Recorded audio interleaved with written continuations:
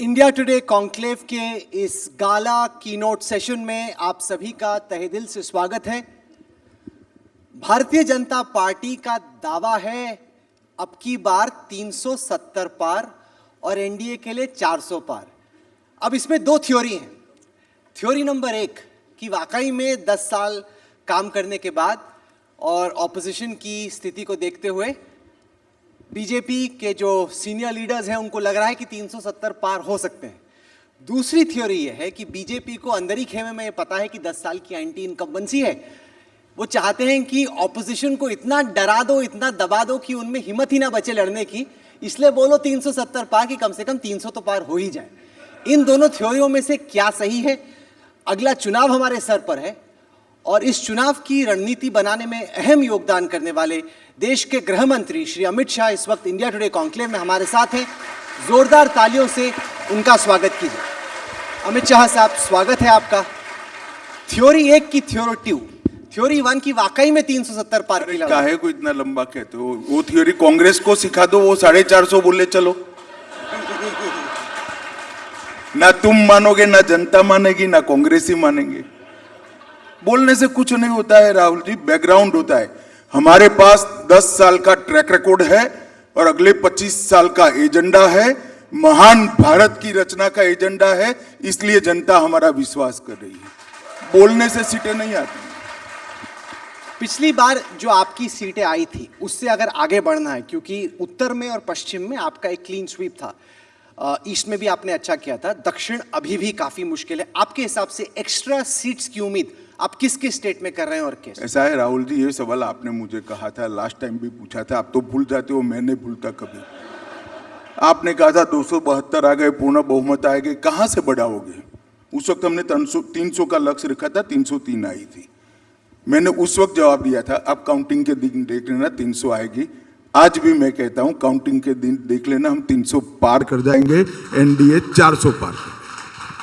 अब हाल में हमने ये देखा है कि बीजेपी अलग अलग अलायंसेस कर रही है। ऐसे दोस्त जो बिछड़ गए थे वो वापस आ रहे हैं।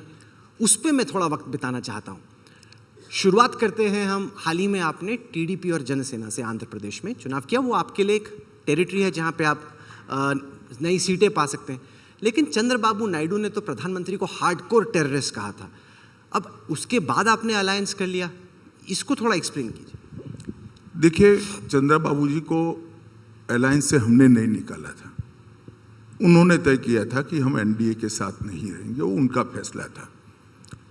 हार्डकोर टेररिस्ट कहा नहीं कहा मुझे मालूम नहीं है। अगर कहा होगा फिर जनता के पास गए, चुनाव हारे, अब समझ आ गई, अब हमारे साथ आए हैं, स्वागत है वही सबका। पर जगन रेड्डी ने तो राज्यसभा में इतनी सारे बिल्स पे, इतने सारे अलग अलग मुद्दों पे आपका समर्थन दिया। टाई अप आपने चंद्रबाबू नायडू से कर लिया। देखिए, राज्यसभा में जो वोटिंग होता है, आप इसको बहुत सिंप्लीफाई कर देते हो कि पॉलिटिकल टाइप के आधार पर वोटिंग होता है, इश्यू बेस्ड वोटिंग होता है। 3 मुद्दों पर उन्होंने हमारा विरोध भी किया था, ऐसा नहीं है।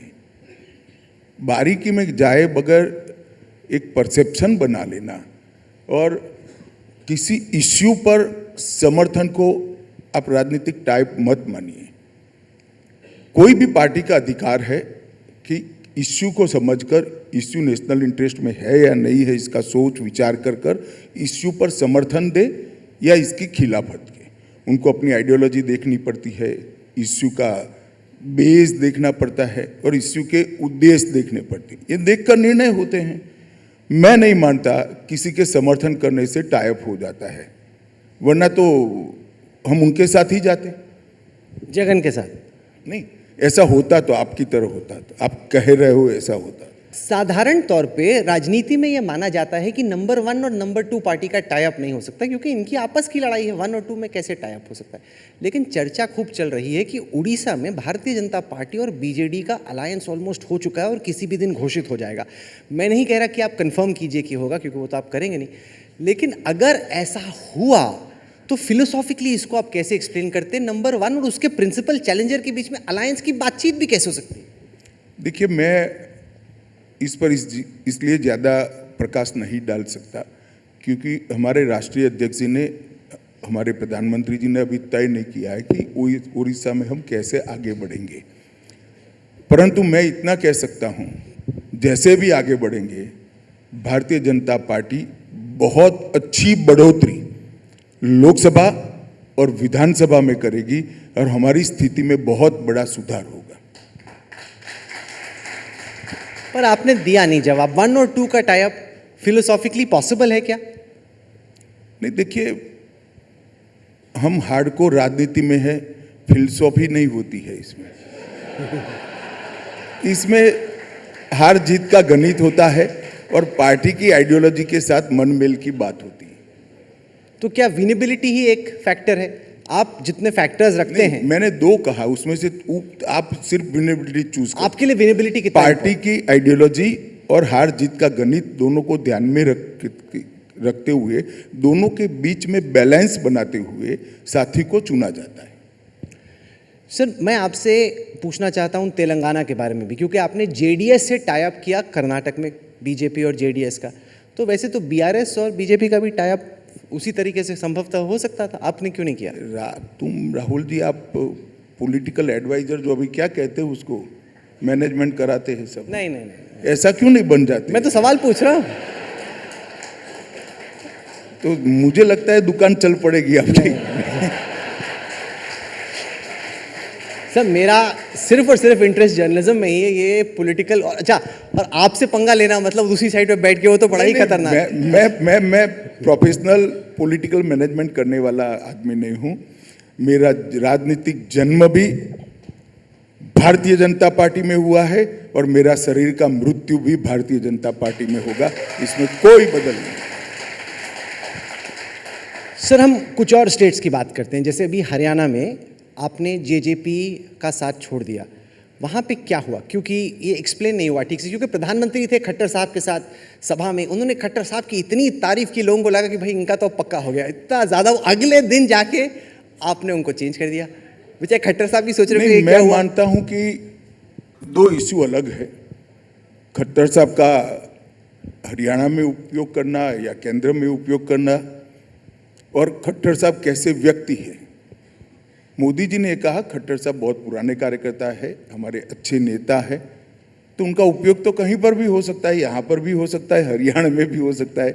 अब आप इसका छोटा सा निकाल देते हो कि ये तय होगा कि इनके नेतृत्व में लड़ेंगे या वो ही मुख्यमंत्री रहेंगे, तो आपका दोष है, मैं मानता हूँ। हमारा दोष है। सर देखिए, पत्रकारों को किनारे कीजिए। आपकी पार्टी के भी कुछ लोग यहाँ सभा में सब सुनते हैं कि अमित शाह ने क्या बोला, मेरी तरफ से ठीक से देखा, कैसे किया, वो सब उसी के लिए इंडिकेट करते हैं। आपकी एक आंख से आंख मिल जाए, उसी के लिए कई लोग यहाँ पे आए। उसमें इतना कुछ बोल दिया और अगले दिन जाके उन्हीं, मतलब कैसे बोलूं कि चेंज ही कर दिया। उसी को तो नरेंद्र मोदी कहते हैं। तो आप जब इतना एडजस्ट कर रहे थे सब जगह, तो दुष्यंत चौटाला को भी एडजस्ट कर लेते। एडजस्ट क्यों नहीं किया उनको? जो जेजेपी पार्टी थी उससे क्यों नहीं एडजस्टमेंट कर पाए? देखिए, हमारा जेजेपी पार्टी से कोई खराब रिश्ता नहीं है, हम झगड़ा कर अलग नहीं हुए। उनकी कुछ डिमांड थी नंबर ऑफ सीट्स के लिए, जो हम पूरी नहीं कर सकते थे हमारी पार्टी की स्ट्रेंथ और व्याप देखते हुए, तो अलग हो गए। इसमें क्या आपत्ति है भाई? वो ऐसा सोचते थे कि हमें ज़्यादा सीटें मिलनी चाहिए, हमारा मानना था हम इतनी दे नहीं सकते। तो एक पॉइंट पर डिफरेंस ऑफ ओपिनियन हुआ, तो अच्छे मूड में दोनों अलग हुए, कोई गाली गलौज नहीं हुई, कोई झगड़ा नहीं हुआ, अलग हो गए। इसमें क्या है? और चुनाव से पहले हुए हैं, चुनाव के बाद नहीं हुए। सर, हरियाणा से निकल के बिहार चलते हैं। वहाँ तो आपने इतने सारे पार्टीज को भर दिया है एनडीए में कि अब आपके लिए मुश्किल हो पा रहा है बैलेंस करना, क्योंकि बीजेपी है, जेडीयू है, चिराग पासवान है, वो पशुपति पारस परेशान है कि भाई मेरा क्या। वो तो कह रहे हैं मैं हाजीपुर में भी लड़ूंगा, मेरे सारे एमपीज लड़ेंगे। अब समझ ही में नहीं आ रहा कि वो इस साइड पे है या उस साइड पे। अब तो आज तो अलग ही हो गए, तो बहुत ज़्यादा वहाँ पे पंगा हो रहा है। ऐसा है कि सरफेस पर ऐसा दिखता है, आप थोड़ा धैर्य रखो, 1 सप्ताह सब ठीक हो जाएगा और सब उचित जगह पे ही बैठे हुए मिलेंगे। आप कह रहे हैं कि पशुपति पारस वापस, उनको सुनो, मतलब जो कह रहे हैं उसको इग्नोर कर दो। मैंने कहा ना, 1 सप्ताह राह देखो। राजनीति में सभी का अपनी बात रखने का अधिकार होता है, सभी का जनता के सामने अपनी स्ट्रेंथ रखने का, स्ट्रेंथ के आधार पर डिमांड रखने का अधिकार होता है। जब मिलकर बैठते हैं और एक दूसरे के विचारों को सुनते हैं और डिस्कस करते हैं तो कोई ना कोई कॉम्प्रोमाइज़ करता है और एक एमिकेबल सॉल्यूशन निकल कर आता है। मुझे पूरा भरोसा है बिहार में एनडीए में कोई बिखराव नहीं होगा और बिहार की इस बार सभी की सभी सीटें भारतीय जनता पार्टी के नेतृत्व में एनडीए